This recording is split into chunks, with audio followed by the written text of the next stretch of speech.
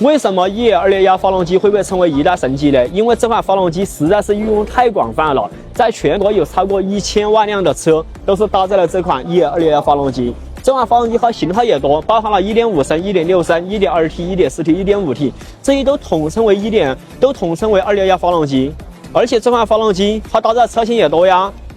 下档我们接到 VR3， 中间是我们的大众车，上档我们奥迪的 Q3、A3 都是用这款发动机。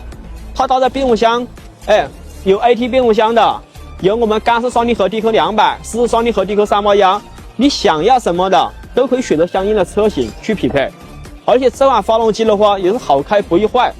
基本上在中国已经有12年的历史了，基本上没啥问题嘛，不怎么坏嘛。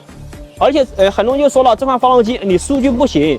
就拿这个 1.4T 来说，你的功率只有110千瓦呀，你马力150匹啊，人家随随便便一个 1.3T 的发动机的功率都比你好。但是我想说的是，大众的发动机它的数据标的是轮上马力，像这个 1.4T 的发动机，你在路上崩个2.5自吸的不成问题嘛，随便崩它。如果是我们 1.4T 再搭载上我们 DQ200干式双离合，我告诉你，在路上见车超车，谁都我跟你说都是在后面只有吃灰的料。这款发动机在中国能够得到这么多车主这么多老百姓的认可，就是因为它皮实耐用不易坏，正儿八经是神机。